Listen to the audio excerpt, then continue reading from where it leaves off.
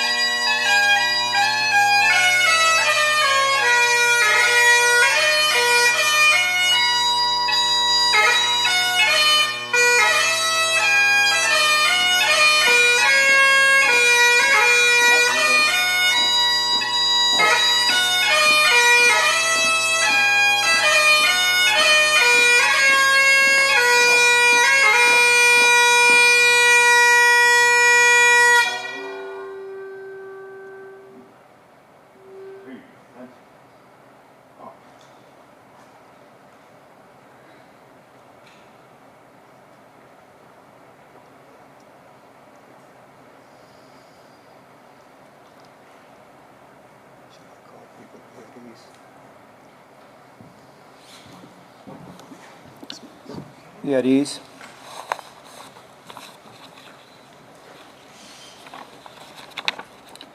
My name is Bill Roscoe, and I'm honored to be the chaplain for the Canyon County Sheriff's Office. It's a great privilege to be with all of you today. It's a great privilege to serve here in a small capacity with the Canyon County Sheriff, and I appreciate it, Sheriff Donahue, very much, and all of the command staff and officers. Thank you for all your support and encouragement. And now I'd ask you if you'd join me in prayer. Two Bible verses before we go to prayer. Psalm 83, verses 3 and 4, God says to us as people to give justice to the weak and the fatherless, maintain the right of the afflicted and the destitute, rescue the weak and the needy, deliver them from the hand of the wicked. I know that I speak for the vast majority of citizens when I say that we sincerely appreciate the honorable work that all of you in law enforcement do. And you truly are God's instrument, giving justice to the weak and protecting the innocent from evil. And then from the Gospel of John, chapter 15, verse 13, God says, "Greater love has no one than this, that someone would lay down his life for his friends." In the first 4 months of this year, 24 law enforcement officers have died in the line of duty. 2 more have died in the month of May. 16 of those deaths were the result of a criminal act. There are no words to rightly convey my thanks or our thanks to all of you who wear the badge, but I promise you that every day I will ask God to bless you and protect you and your families, and to keep you and them living in His perfect peace. Now, if you would join me in prayer. Almighty and gracious God, we ask your blessing on this time as we honor our fallen law enforcement officers. As we remember them and their courageous service, we ask you to bless their families, fellow officers, and loved ones with your peace and with hope. Thank you, Lord, for each of these who lived to protect and serve, and who loved others more than they loved their own life. Father God, we ask you to bless and protect all those who serve today. Please give them the courage, strength, and wisdom that they need as they willingly place themselves between evil and the innocent. Protect them by your mighty power, Lord, and send your angels to guard their backs. Bless their homes, their families with your peace, your joy, and the comfort of your love at the end of each day. And we ask all of these things in the name that is above all others. Amen.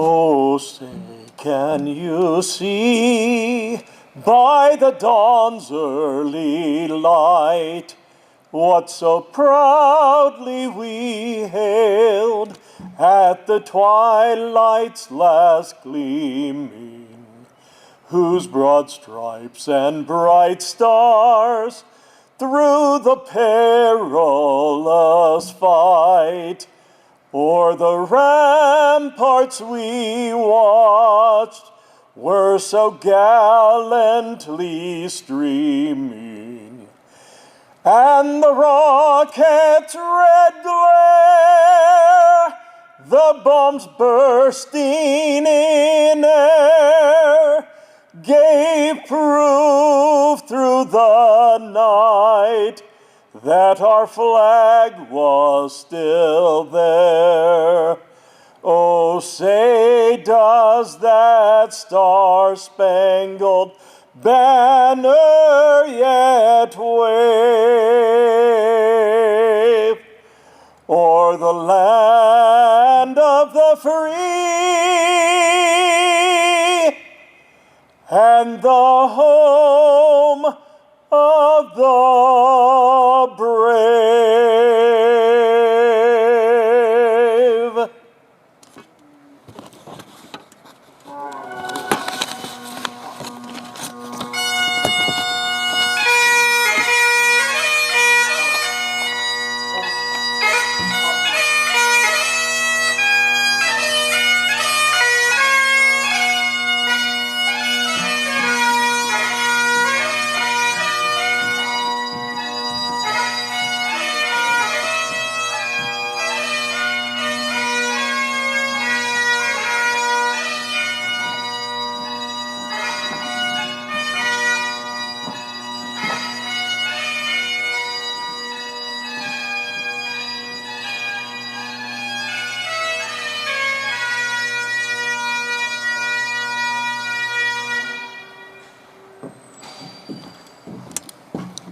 Please take your seats.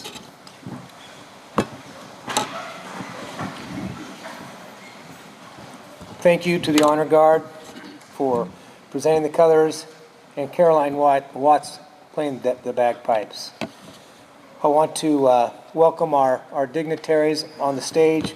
The three speakers I'll get to in just a moment, but I would make sure I represent and recognize my co-chair for this event, 13 years now, our chaplain, Reverend Bill Roscoe. Thank you, Bill, for all that you do. Appreciate it. I'd like to welcome our Board of County Commissioners here today. Thank you for what you do, for providing us this facility and providing this atmosphere to allow us to give reverence to those that we are going to speak of today. So thank you for being here. Mayor Kling, thank you for being here, and you and your staff for making the time to come here. We greatly appreciate it. And I know there's some other dignitaries, I think, Senator Crapo's office, Senator Risch's office here today as well. Thank you for representing the good senators.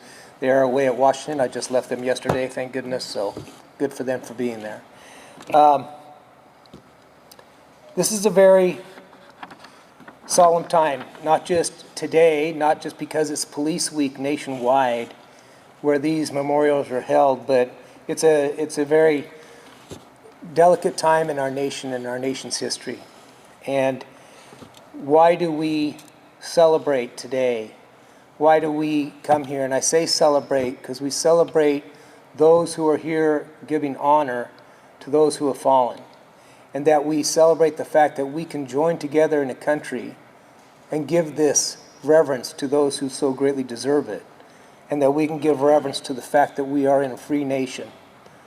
And I think it's a moment for all of us to take a pause to reflect and remember those who have given the ultimate sacrifice. Some of those we knew, some of those we did not know, but they gave the ultimate sacrifice by enforcing the rule of law. The rule of law that gives us the ability to be a free nation, to be safe in our homes, to be safe at our jobs, and from a law enforcement standpoint, to protect the people that we serve. Law enforcement is a calling. It's a calling by God and no one else. Every man and woman who wears the uniform, who carries a gun, who wears a badge is called to that service. Some do not know that early on. Some do know it very early on. But all of us are joined in that. However, when I think about that, it's a calling not just to serve God, it's a calling bigger than ourselves, to be a part of something that's bigger than each and one of us, that we set ourselves aside so that we can serve others. And we're giving that opportunity to do so, not because we deserve it, because God said this is what we're going to do. This is what you're going to do. However, those of us who are called, and we're so grateful that we are, we do not do so alone. It is our families that take that shift with us every day and night. It's our families that make the sacrifice as well. They make the sacrifice so that we can do what we do, that we are called upon to do, to serve. The names that we'll read today, the names that we celebrated in Washington, D.C. just a short few days ago, are those who have fallen. But there are those who are left behind. The wives and husbands, the sons and daughters, the brothers and sisters, the moms and dads, they too sacrificed. And unfortunately for them, that sacrifice goes on forever. It doesn't end with the service. It doesn't end with the commendations. It means they go on without the person that stood that watch for us.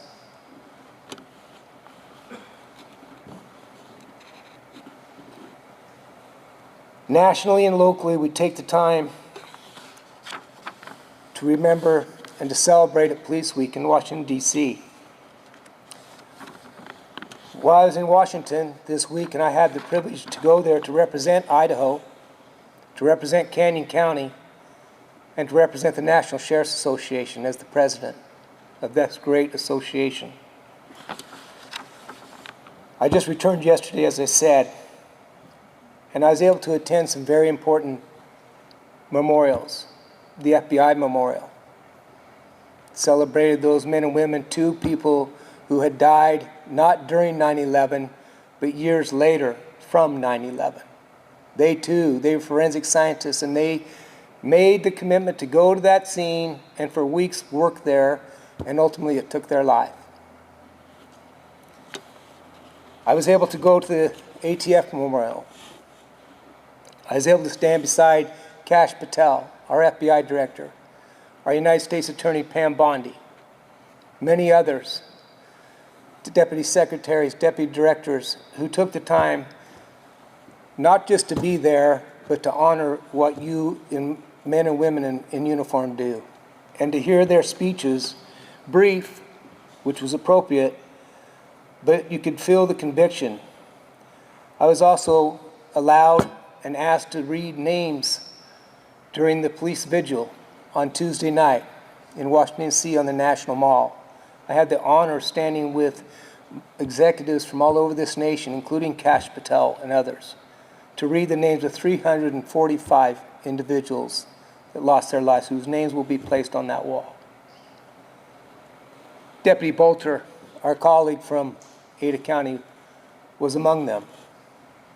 I had the honor of meeting with his wife and his parents at the National Sheriff's Association headquarters prior to the vigil. I don't think anything affected me as much as that meeting. All the things I did, but to stand there in my headquarters in Alexandria and talk to those people,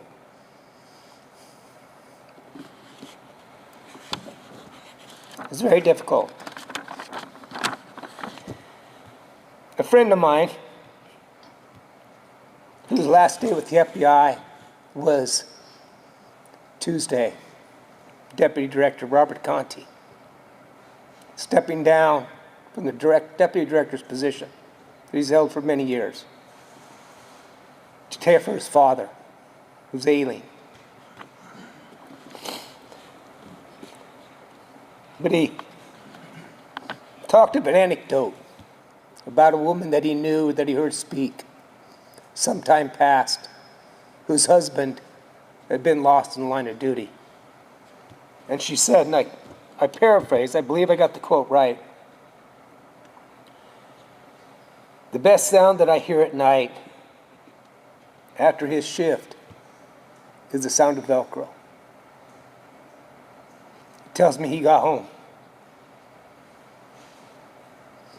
And that's what your families endure. I thought that was very telling coming from Robert, who serves as the chief of police for Washington, D.C.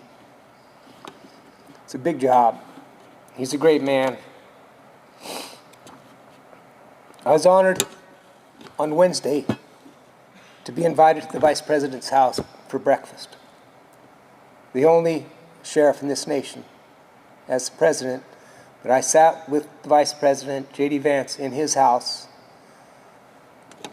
the Naval Observatory House, and we visited, and I was so moved that I would be from a place where we sit today to be sitting with the Vice President. 2 weeks after I was the privilege of standing in the Oval Office with our President at his invitation. Those things will be embedded in my memory forever. But what embeds in me is the fact that those men, on Wednesday afternoon, following that meeting, sitting down with AG General Bondi for an hour and a half in the Eisenhower building, discussing what you all face every day in law enforcement. What do we need to address? But those men and that lady, their commitment to law enforcement is unequaled in this country. It's immeasurable. And you don't have to sit there and talk with them to know that. They're telling you that every day on the television. Such a contrast to where we've been the last 4 years, and I was not shy about telling them that for years law enforcement's been abandoned, but not anymore. They've got your back, and they're here with you, and they're standing with us, and they're addressing the risks that you people in uniform take every day. I believe that today, as we mark the end of Police Week nationally, I think where you are today is exactly where you should be. I think that every single law enforcement officer should take time to pause. Executive law enforcement officers should take time to pause and be where you are today. There's nothing more important than to give reverence and remembrance to those of them who have died in the line of duty, to share in the fellowship, and to recommit as law enforcement executives to bring our people home every day and night. Because we've all been out in those streets and we know what it takes. So before I introduce my speakers, I want to shout out to the dispatchers of all of our nation who are taking those calls from our men and women every day and night, 24/7, manning that shift, knowing that they are our link to get home. We need them there. I spoke to the Vice President over breakfast 2 days ago, and I said, "Sir, I'm asking you to delve into Congress and encourage them to pass the Helper Act. It's sat there for 3 years. We need our senators and our representatives to pass the Helper Act, which gives lower percentage loans to law enforcement and our first responders, such as firemen, our partners, EMS, but especially law enforcement, so they're not living in camp trailers while they do this job, risking their lives every day." And I called upon the Vice President to do so, to intervene, to give us that assistance, because that's what we need to do. We need to stand with them. And further, I want to thank our media partners here today too, especially Channel 7, KTVB. They are here today live streaming this event, and I graciously appreciate the fact that they would take the time to do so on such an important day. So thank you to KTVB and all of that team. And with that, I'd like to introduce our speakers. But before I do, I have to introduce my beautiful and lovely wife, the First Lady, of the National Sheriff Association's Jeannie Donahue. Thank you, dear, for allowing me to do all that I do on behalf of the people of this nation. I could not do it without you and your support and our children, so thank you for always being there to nudge me along the way and pull me back from the abyss. Sometimes you miss the handhold, but I do it anyway. So, thank you. Our first speaker is a longtime friend of ours, longtime friend of mine. He's been, when we were younger people, I was still old at the time, but Lieutenant Colonel Russ Wheatley has served in Idaho law enforcement since 1993, beginning with the Bannock County Sheriff's Office and joined the Idaho State Police in 1999. His career includes assignments as a trooper, detective, SWAT operator, and key leadership roles in narcotics enforcement, homeland security, and state operations. He has served on the FBI Joint Terrorism Task Force and led the Idaho Fusion Center. In September of 2024, he was promoted to Lieutenant Colonel, and now serves as Idaho State Police Chief of Staff. Lieutenant Colonel Wheatley holds a bachelor's degree in accounting and a master's in Homeland Security and Defense. A graduate of the FBI National Academy and other advanced leadership programs, he is widely respected for his unwavering commitment to public safety, professional excellence, and dedicated service to Idaho communities. I give to you Lieutenant Colonel Russ Wheatley. Colonel. Thanks, sir.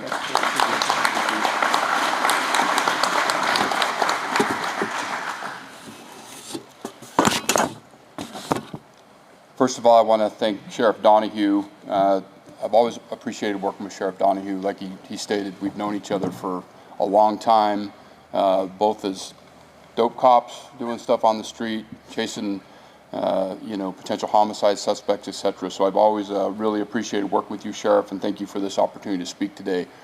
I've attended a lot of these ceremonies over my career. I've never had the privilege to be a speaker at one, so I'm very, very honored to be here today. Ladies and gentlemen, distinguished guests, fellow officers, deputies, troopers, family members, and friends. It is an honor to stand before you today to pay tribute to the brave men and women of Idaho law enforcement who made the ultimate sacrifice in the line of duty. These memorial events are awe-inspiring to me and show the connectivity of the greater law enforcement family. There are so many people here whom I've spent my career working alongside. All of you have helped shape me into the person I am today. These events humble me and should remind us all of the oath that we took to protect and serve. It has been said that behind every badge is a person, and behind every person is a family. I can tell you this is true for my family from two perspectives, as my father was also a police officer.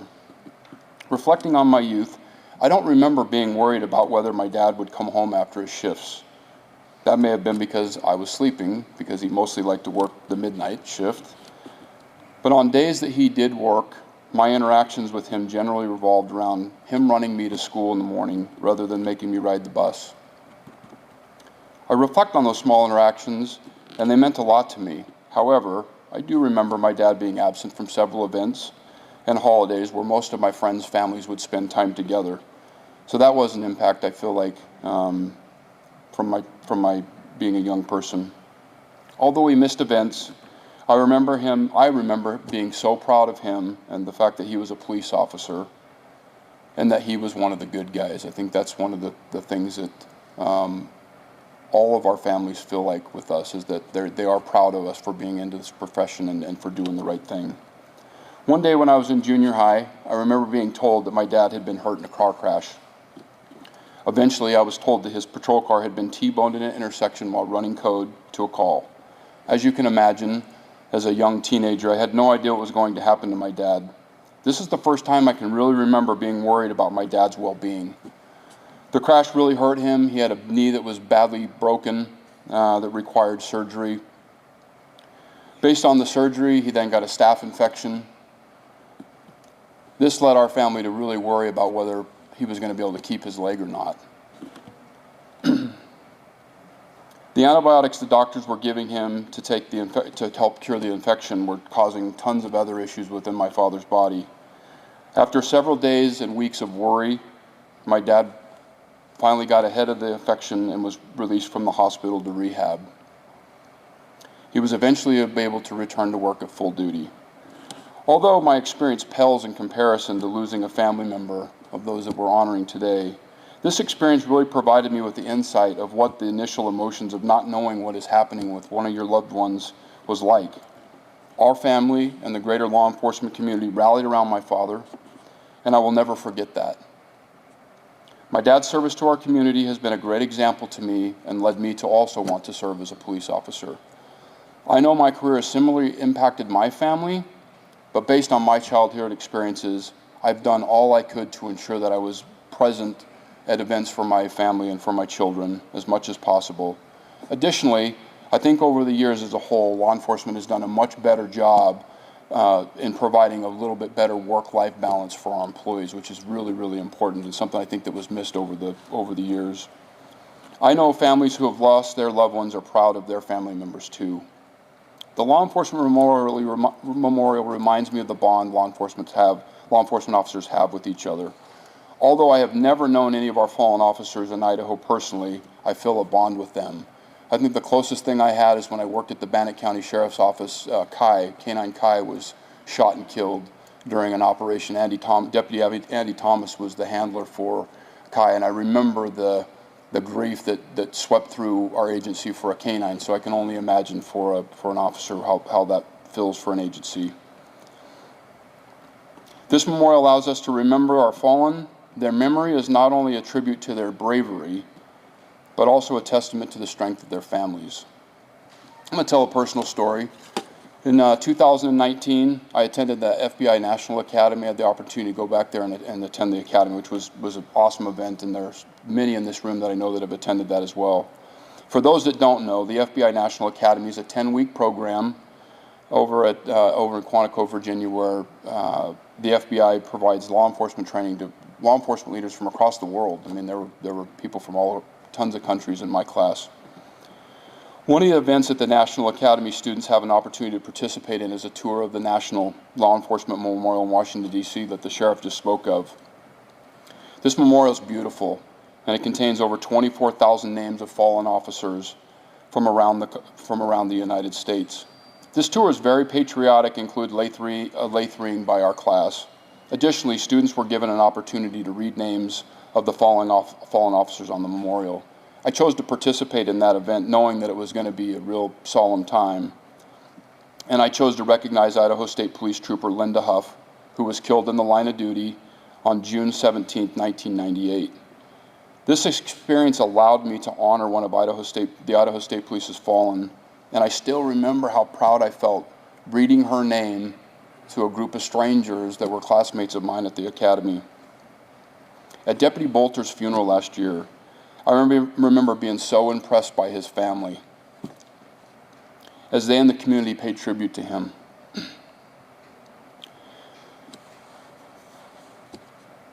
It appeared to me that their faith provided their family with tremendous resilience in a situation that is the worst imaginable.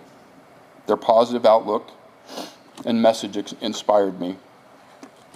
In closing, I want to remind everyone again that behind every badge is a person, and behind every person is a family, an essential part of the story of sacrifice and service.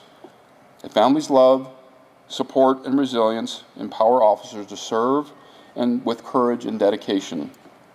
May God bless the families of our fallen officers, their memories, and all who serve with courage and love. Thank you.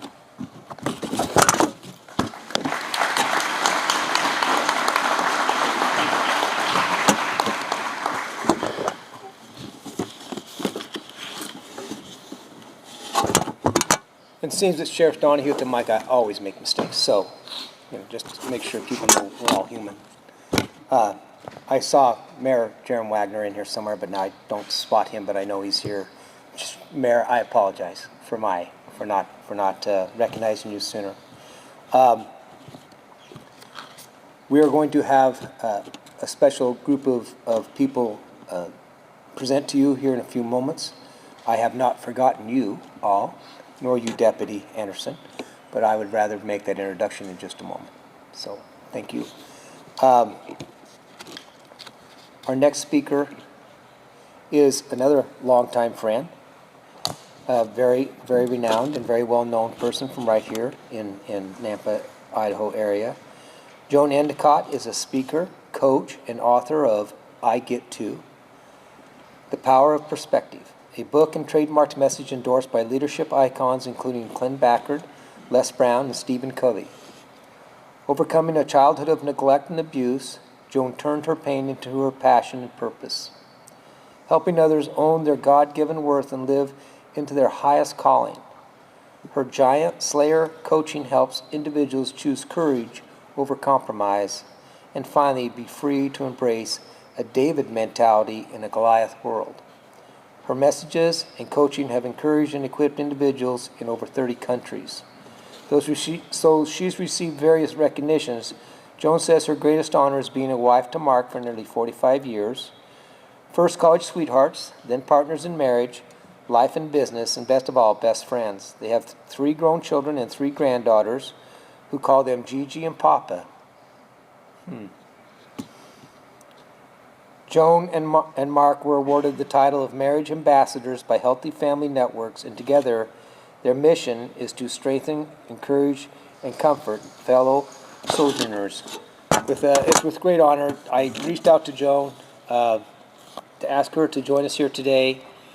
And she's done a lot. She does a lot for others more than herself. So it's a real pleasure to introduce you, Joan Endicott. Joan, thank you for being here.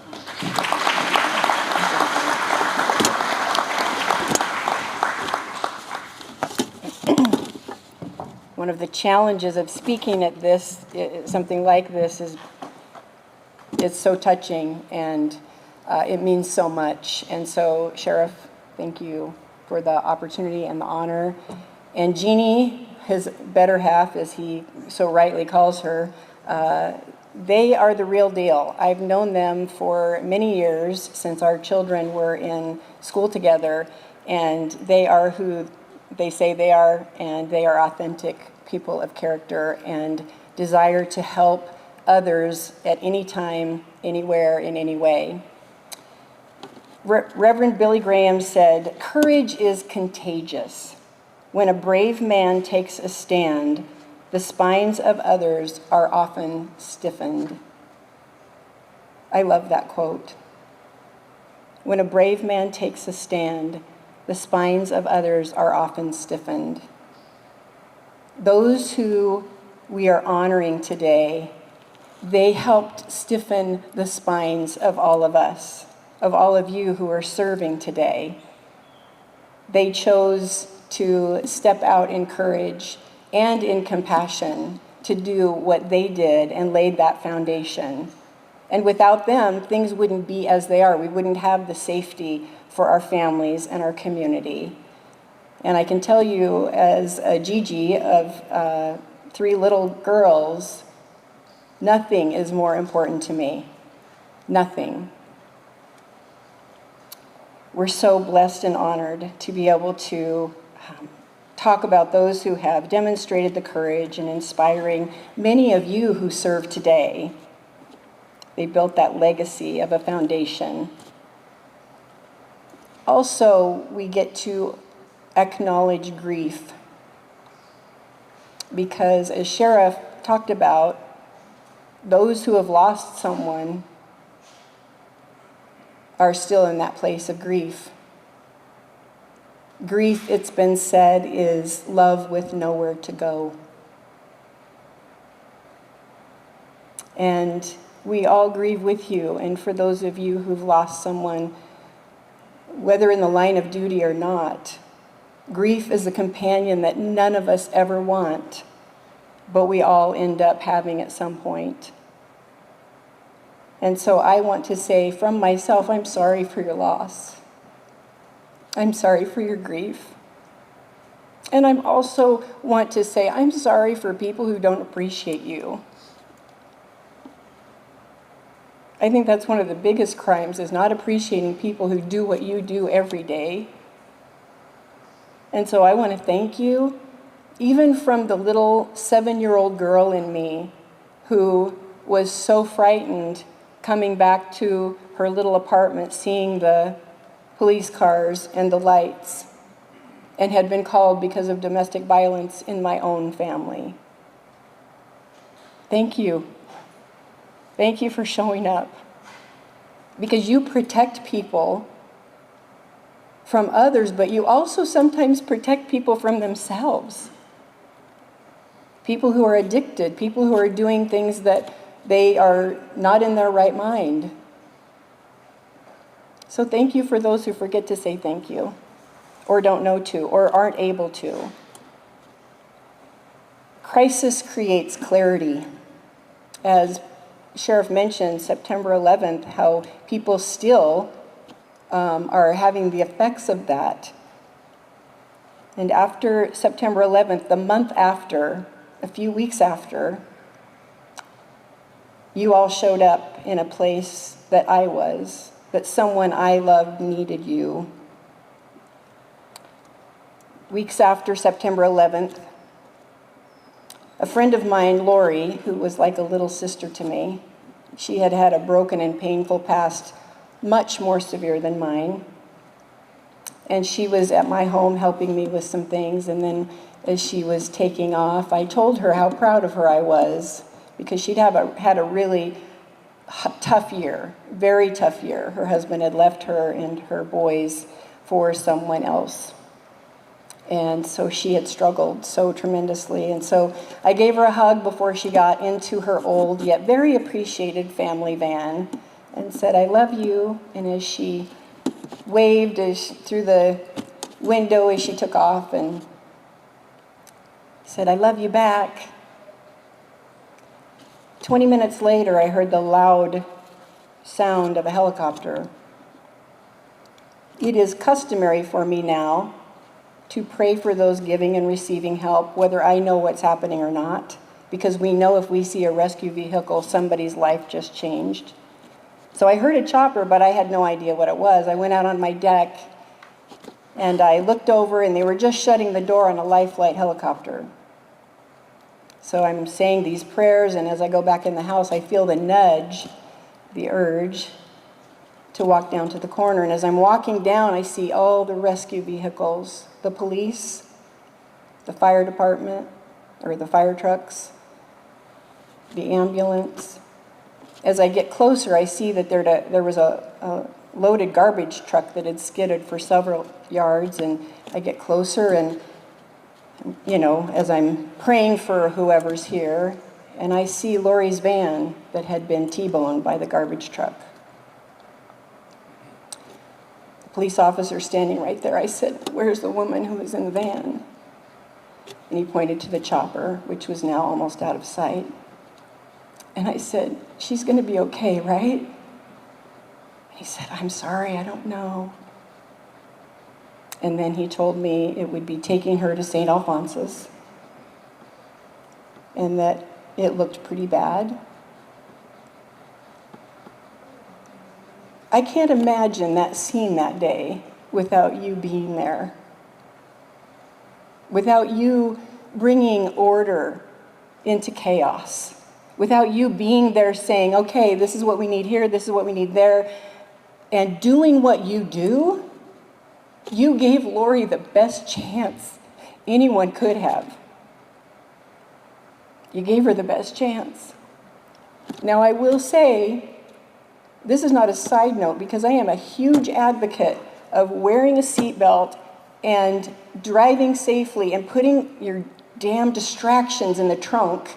If you can't control that phone or whatever else is distracting you, put it in the trunk till you get there. Like, I'm a huge advocate. I will carry that flag with you against distracted driving and also wearing your seatbelt. That particular day, Lori didn't. She didn't have her seatbelt on. So she was ping-ponged in that van, and the police officer, you know, one of them later said, that was like a freight train hit that van. It was her fault. It was her fault. The man, bless his heart, the man in the garbage truck said, she looked both ways and took off, and it was right in front of her. I found out later she was under an influence of some kind I didn't know about. So she was completely distracted and should not be behind a wheel. weeks after her accident, the doctor came in and said, "I'm sorry to tell you this is as good as Lori will ever get."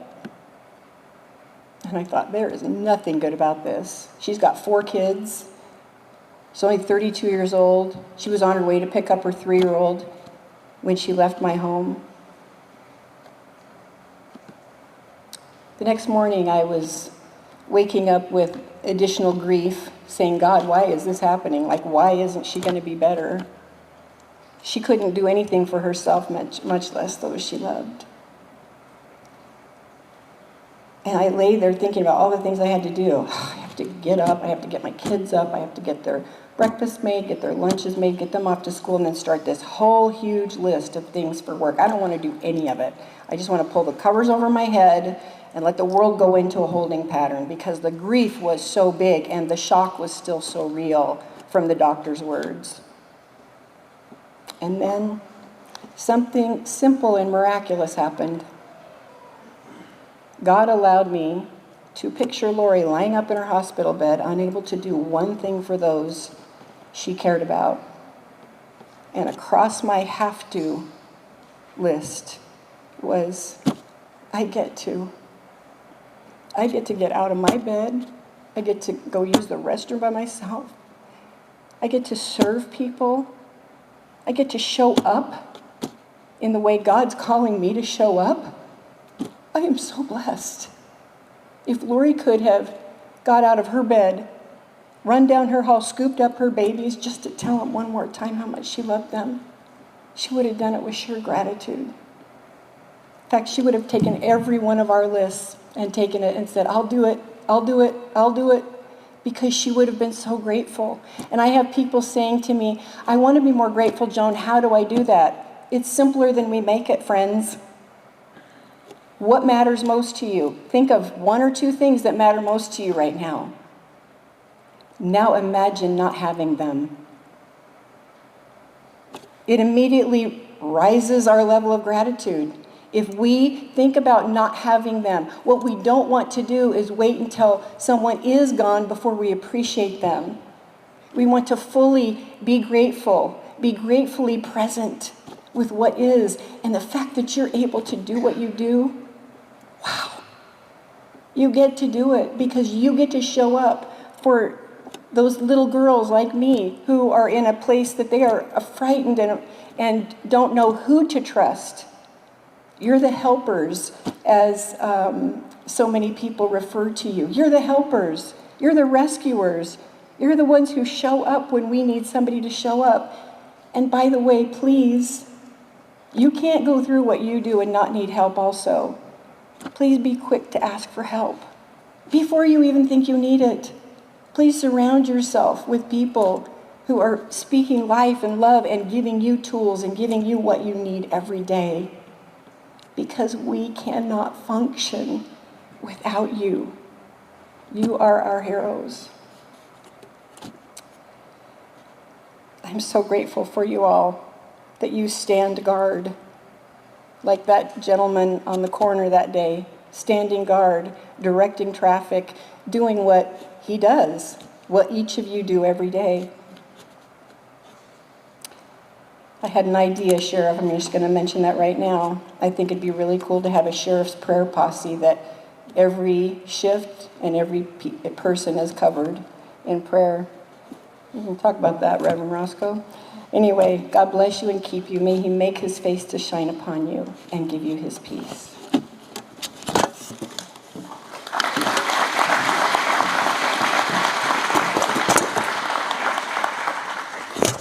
Thank you, Joe. You obviously bring up many things, and one of those things is the unfortunate and sheer fact that domestic violence is so rampant in our country. And I'm sorry for what you went through. I'm sorry for what all people go through with that. But I'm also keenly aware of how many officers die in the line of duty going to domestic violence, domestic abuse calls.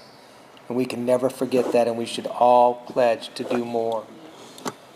So we not only do we save those victims who are victims forever, we save the officers who are just there to help. I changed things up a little bit this year without telling my assistant, my executive assistant, Bunny. Thank you for all the work you do each and every day, and especially for this. And thank you to our committee. They are a countless number of people from the Sheriff's Office, Caldwell PD, and others that put this on for you all. And they make it this beautiful. And all of our sheriffs, Sheriff of Hawaii County, of course, is here, and our executive officers, representatives from our police municipalities. Thank you for sending your personnel. I have a deputy in the back. He's a school resource officer, Valley View High School. He's an outstanding individual. He's an outstanding deputy, and he cares deeply about what happens in his community and throughout this nation. And he has been generous enough to bring with him today some musical performers from the Valley View Choir. I know we still have one speaker left, and I'm doing this on purpose because sometimes I think we need a little bit of break between the speakers. And as I sat there and listened, it encouraged me to follow this path that I didn't tell them about. So today we have, again, the Valley View Middle School Choir, led by Erica Griffiths, teacher. And at this time, I would ask you all to come forward and to sing your, I believe, 2 songs, right, Bunny? Deputy Anderson, if you would lead them up. Thank you.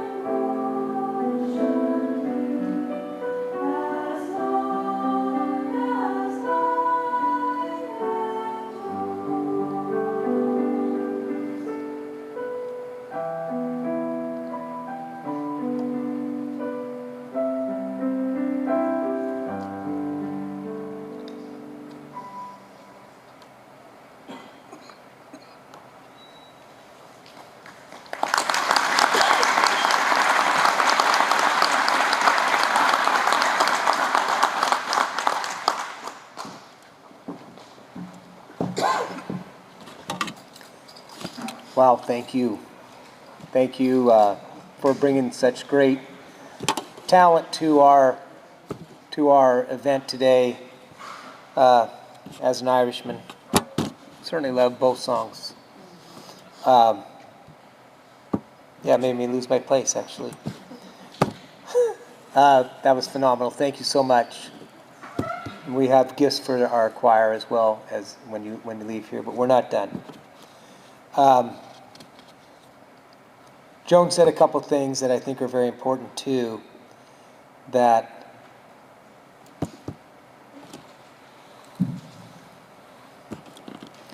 there's a lot of law enforcement officers that we all know that did not die in the line of duty but are passed away just the same.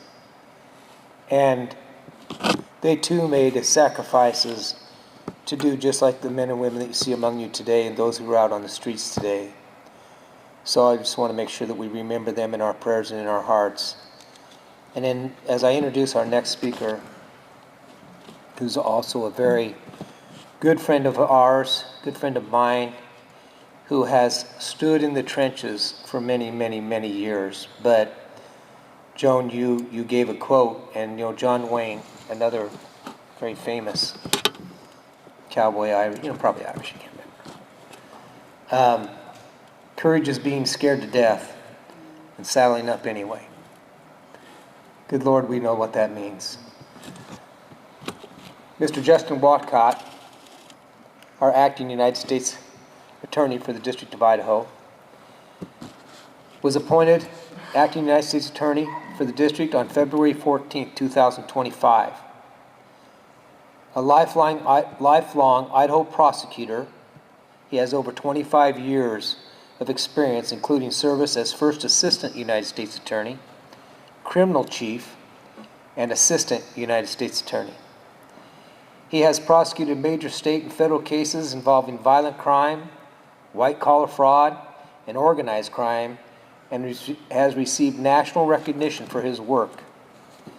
Mr. Watcott is also a respected legal educator and frequent lecturer on digital evidence, trial advocacy, and prosecutorial ethics. Mr. Watcott is a lifelong Idaho resident and a graduate of Post Falls High School, the University of Idaho, and the University of Idaho School of Law. Please welcome Justin Watcott.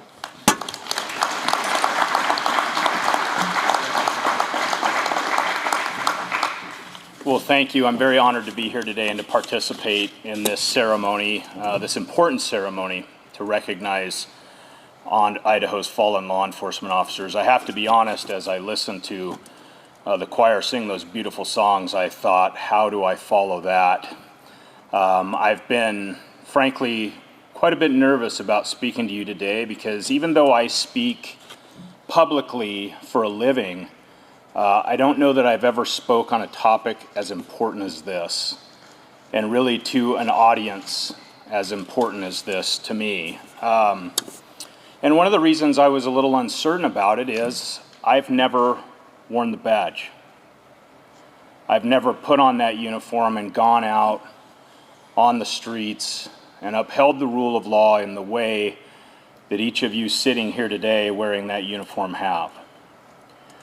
But I can tell you that I've been extremely fortunate during my career to work very closely with law enforcement, to be partners with law enforcement across this entire state.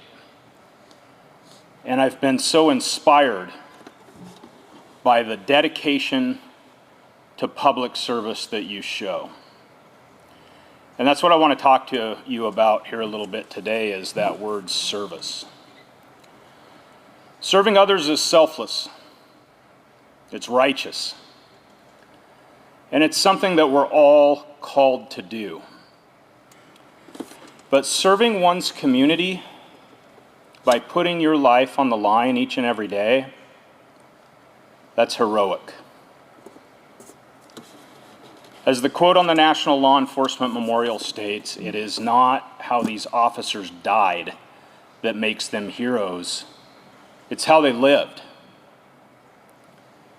They dedicated their lives and ultimately sacrificed their lives in the service of others.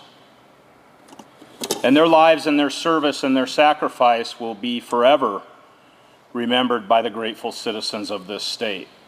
And honoring them through ceremonies like this, ceremonies of remembrance, is important not only for the families of the law enforcement officers that have fallen, and not only for those of you that serve as law enforcement, but for all of us citizens that benefit every single day from the service and protection of law enforcement. Now, as I said, I haven't been a law enforcement officer before, but I was very fortunate early in my career to have an experience with law enforcement that really set me up, I think, to have an important perspective and appreciation of the nature of the risk that law enforcement officers take on every day. I started as a prosecutor a little over 25 years ago in the Latah County Prosecutor's Office in Moscow as an extern. And about 2 weeks into my service there, a local Idaho State Police trooper, a man by the name of Brad Doty, some of you may know him, he offered to let me go on a ride-along with him. Now, this was an incredible experience for me. Okay, I had studied criminal justice in undergrad. All through law school, I knew that I wanted to be a prosecutor, but I had never had the opportunity to go out and actually be a part of law enforcement. And I was so excited. And I remember getting into that ISP trooper car. I'd never been in a police car before, fortunately. But it was very exciting to get into that passenger seat with Trooper Doty and go out on the road on his patrol.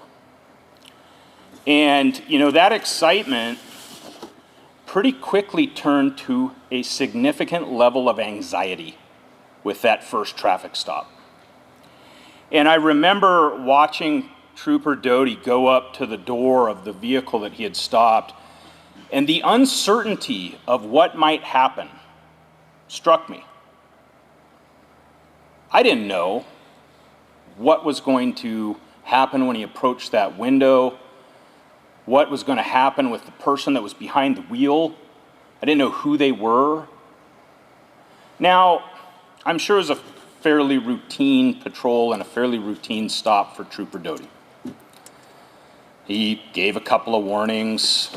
I think he wrote a couple of citations that night. Nothing really out of the ordinary, but for me, it was a first-hand view into the courage that it took to put on the badge and get in that car and go out into the community.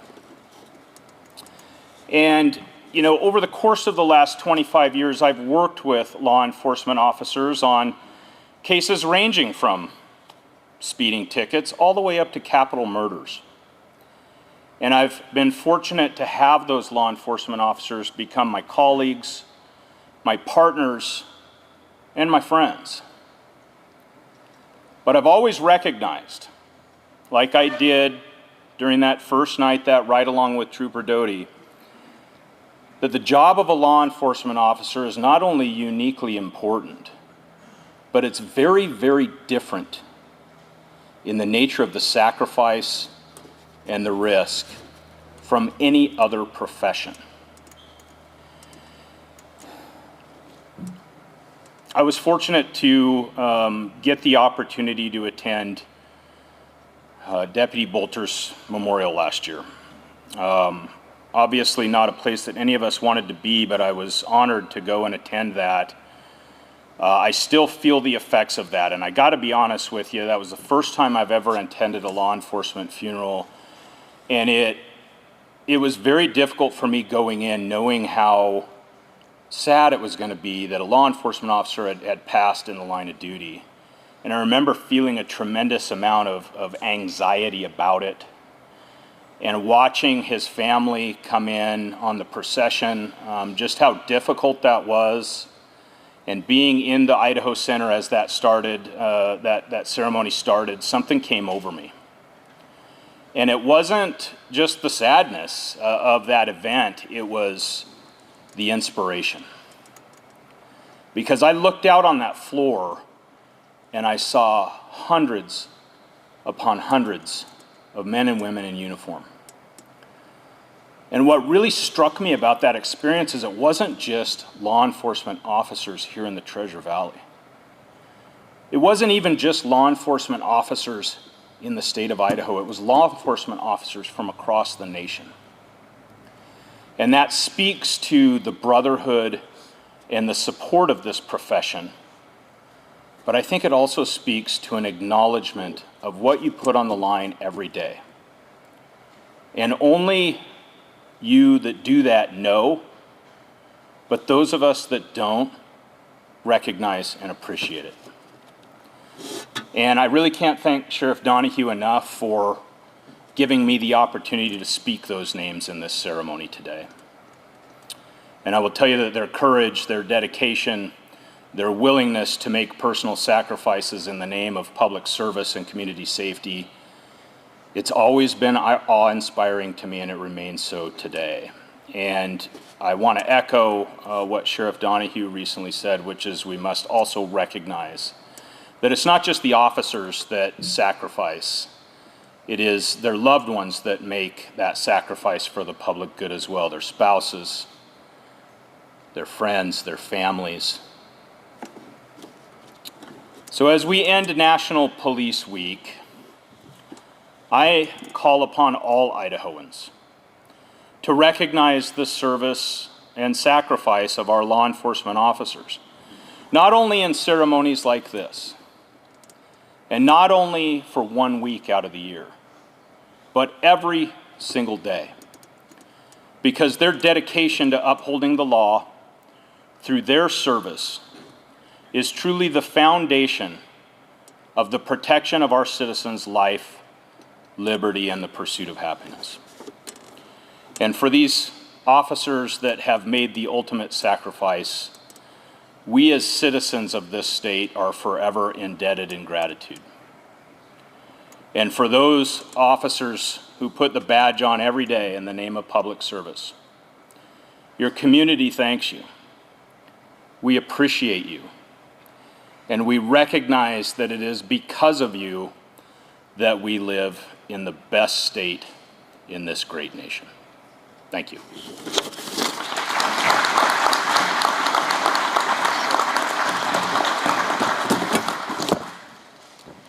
Thank you, Justin.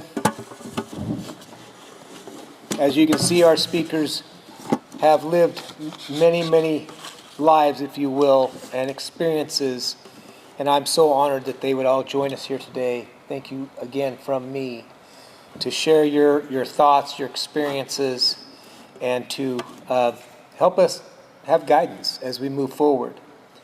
Before we read the names of the fallen, it's a very solemn part of this ceremony today, and those of you who have not attended and those who have. I do want to thank our sponsors. You'll see their names throughout on the TV screens above you. We could not do that without them, and especially the Fort Idaho Center, Walmart, Starbucks, and of course Host Bloom, Boise Rescue Mission, Canyon County, Norco. The list goes on, but especially our staff and our associations within the Sheriff's Office who just give tirelessly. Even though they may be on a shift, they're here, they're helping, they're prepping for this, so thank you so much.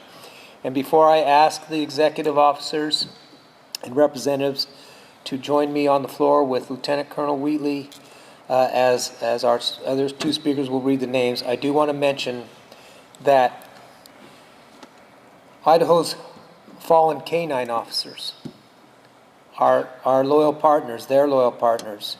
And let me read those to you in memory of Riddick, Nampa Police Department, 9/21/2024. Jardo, Boise Police Department, 11/16/2016. Roscoe, Emmett Police Department, 7/1/2016. Rick, Bonneville County Sheriff's Office, 6/5/2002. And Kai, Bannock County Sheriff, Office 3/5/1994. So important that we recognize that those faithful canines also made the ultimate sacrifice. And with that, I will ask Joan and Justin to come to the microphone. I will ask our executive officers to please take your places at the rose tables while we ask our speakers to give the roll call.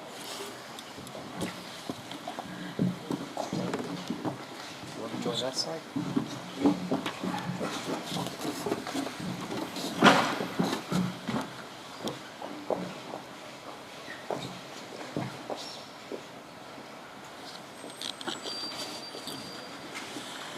Tobin Bolter, 2024.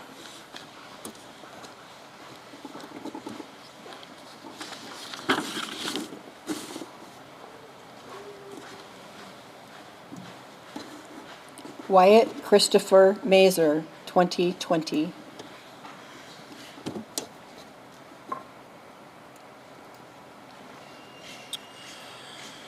Kent Donald Swanson, 2018.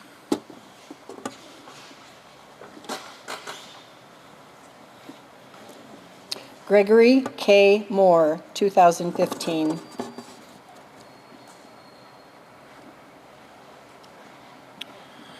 Joshua Eggleston, 2009.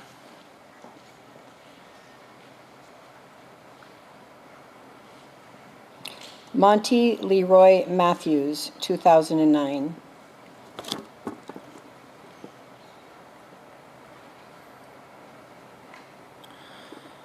Lee S. Newbill, 2007.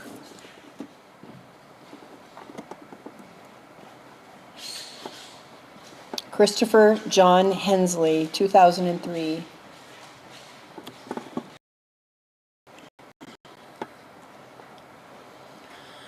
William J. Mann, 2002.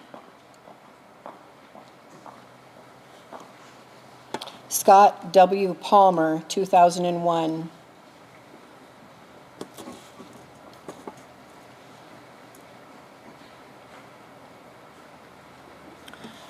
James Brian Molson, 2001.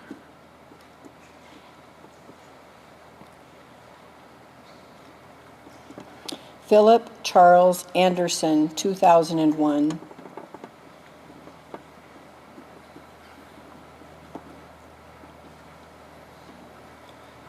Linda Carol Huff, 1998.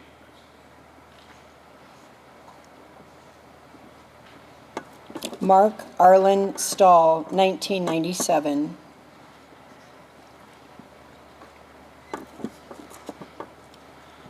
Dennis L. Remington, 1995.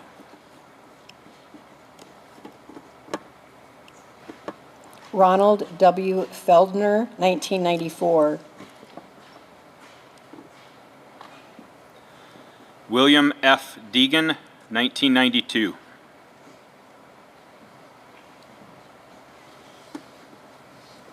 John T. Houston, 1989.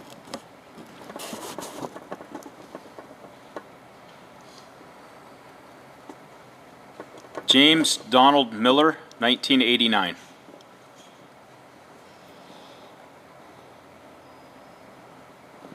Brent Jacobson, 1989.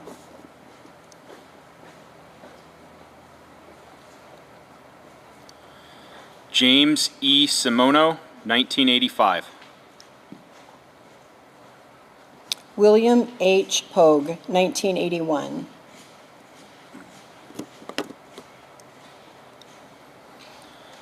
Wilson Conley Elms, 1981.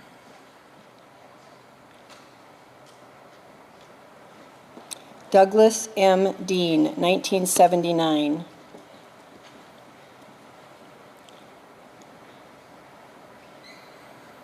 E. C. Chuck Ashton, 1976.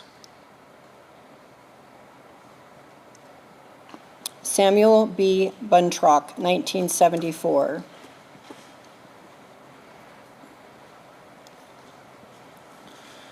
Howard M. Schaefer, 1972.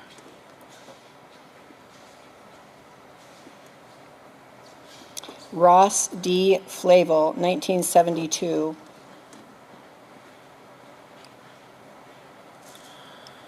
William J. Philpott, 1971.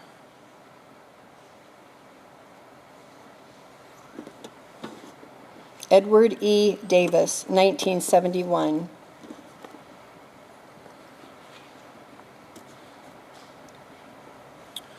Ralph T. Russell, 1970. Walter W. Cox, 1970.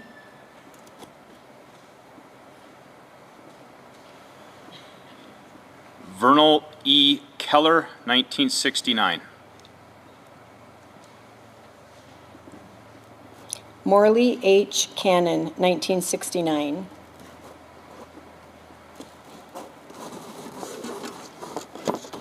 John H. Combs, 1969. Bill H. Miller, 1968.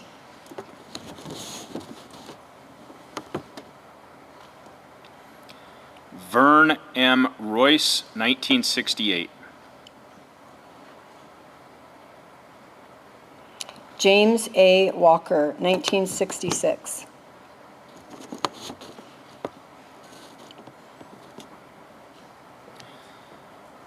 Stanley L. Larson, 1967.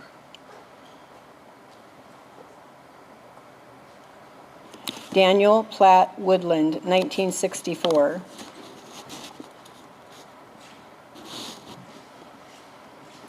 James M. Alexander, 1965.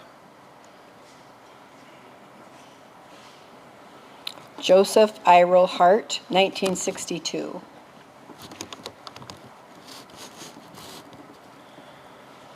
Benjamin T. Newman, 1962.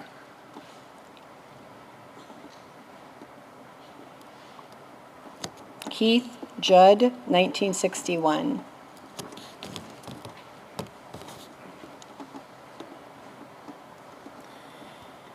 E. A. Hans Hansen, 1957. Fred L. Peterson, 1951.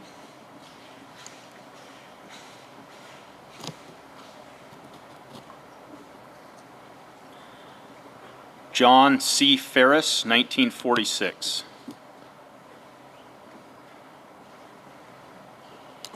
Carl F. Sigmund, 1945.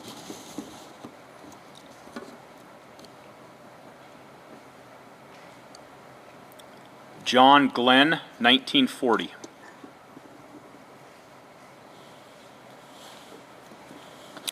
Ellsworth Arthur Teed, 1942.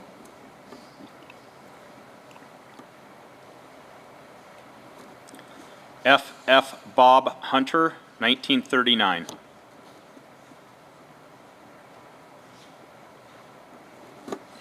George A. Meffin, 1940.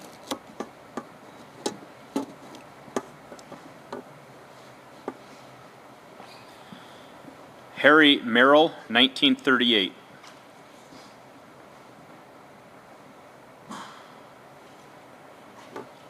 Craig Taylor Bracken, 1939.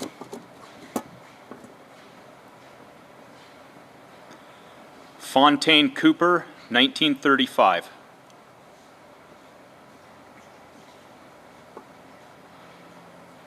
Henry C. Gibbons, 1935.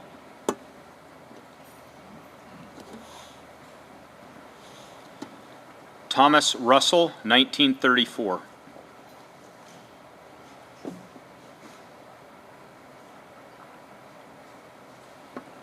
Robert S. Walton, 1934. Leonard Roth Cummings, Jr., 1928. Hugh Nichols, 1931.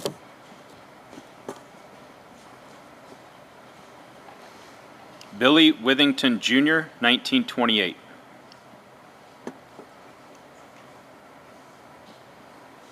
Louis J. Bancroft, 1928.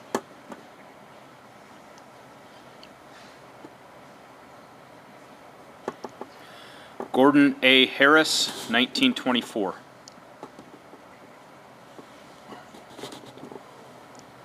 Nathan H. Suter, 1926. Neil Simpkins, 1924.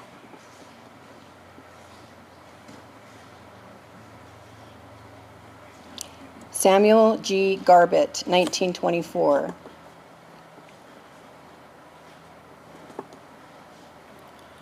Charles H. Torrance, 1921.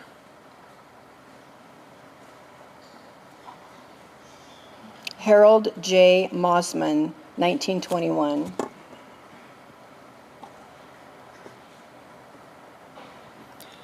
L. J. Taylor, 1914.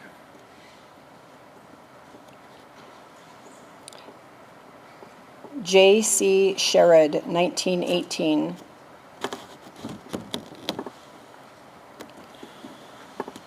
W. J. McFadden, 1913.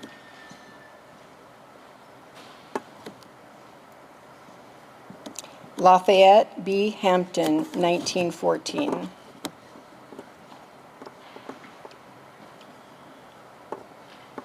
John Henry Hayes, 1904.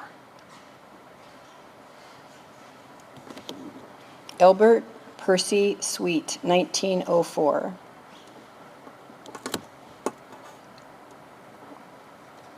David Stoddard, 1890.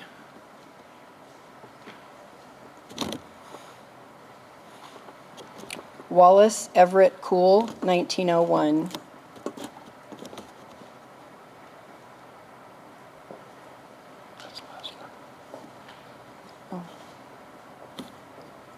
V. W. Coffin, 1883.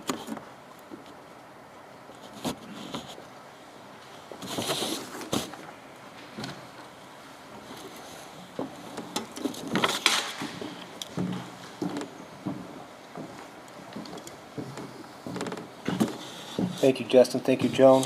Officers, if you'll return your seats, please.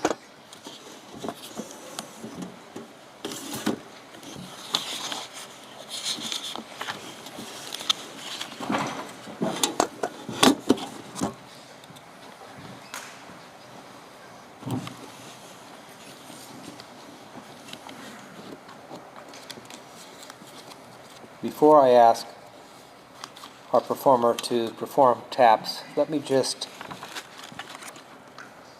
unfortunately put even more emphasis on what we just recognized.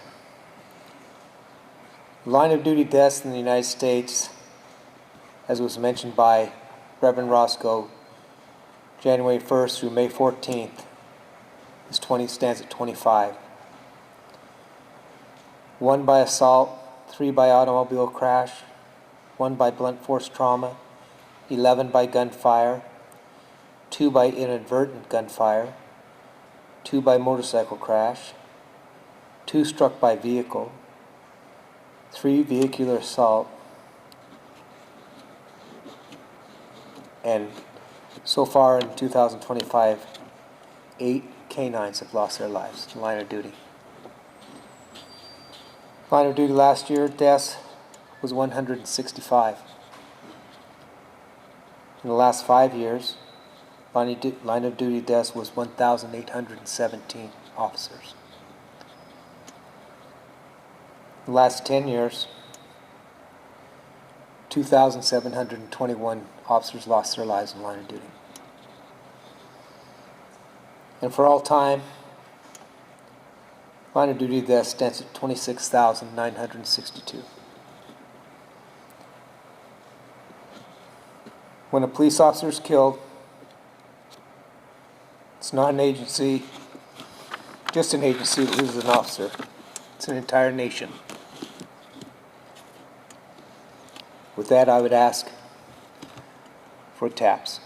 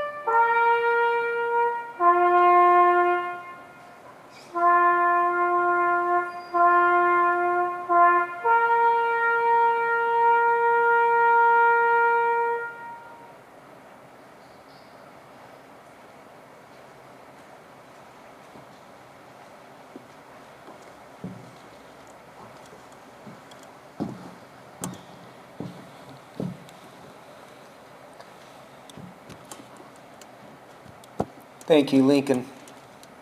Lincoln Hunt is also from the Valley View Middle School. Thank you once again to all of you for joining us here today. Thank you to our incredibly dear, I won't say old friend, but we're getting there, Hal. Our dear friend Hal Colburn for the national anthem. Hal sings everywhere from junior rodeos to the PBR to incredible events like this. Thank you, sir. As we close out this portion of our event, and as I make the closing remarks, I want you to, the procession as we leave here, we'll ask our honor guard to present the colors, or retire the colors, excuse me, and then we will follow them out of this west door with the 77 balloons to release upon reaching out or bidding out by our motorcade and our American flag with the fire department. So when I ask, I'll ask for our honor guard to retire the colors, and as we leave, I'll ask my guests to follow in suit. And the choir, I would like you to join our procession following our speakers, and then representatives and executive officers, please follow with the rest of the crowd following after that. I want to thank you all for coming. Thank you for being here.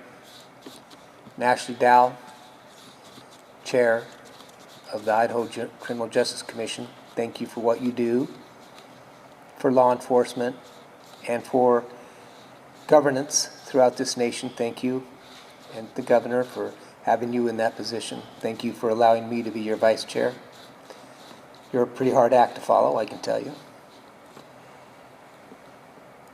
We've heard from our speakers, we've took the time to remember, and what we have to continue to realize is that those who are in the positions to financially support law enforcement endeavors, whether you're the mayor, whether you're a city council member, whether you're board of county commissioners, whether you're JFAC, the Idaho legislature, it does take a lot of money. It takes a lot of resources to put our men and women out on the line to do what they do, and we greatly appreciate those of you who have that fiduciary responsibility to get us what we need to do so. We're very blessed here in Canyon County, as are in many other cities, of course, Nampa, Caldwell.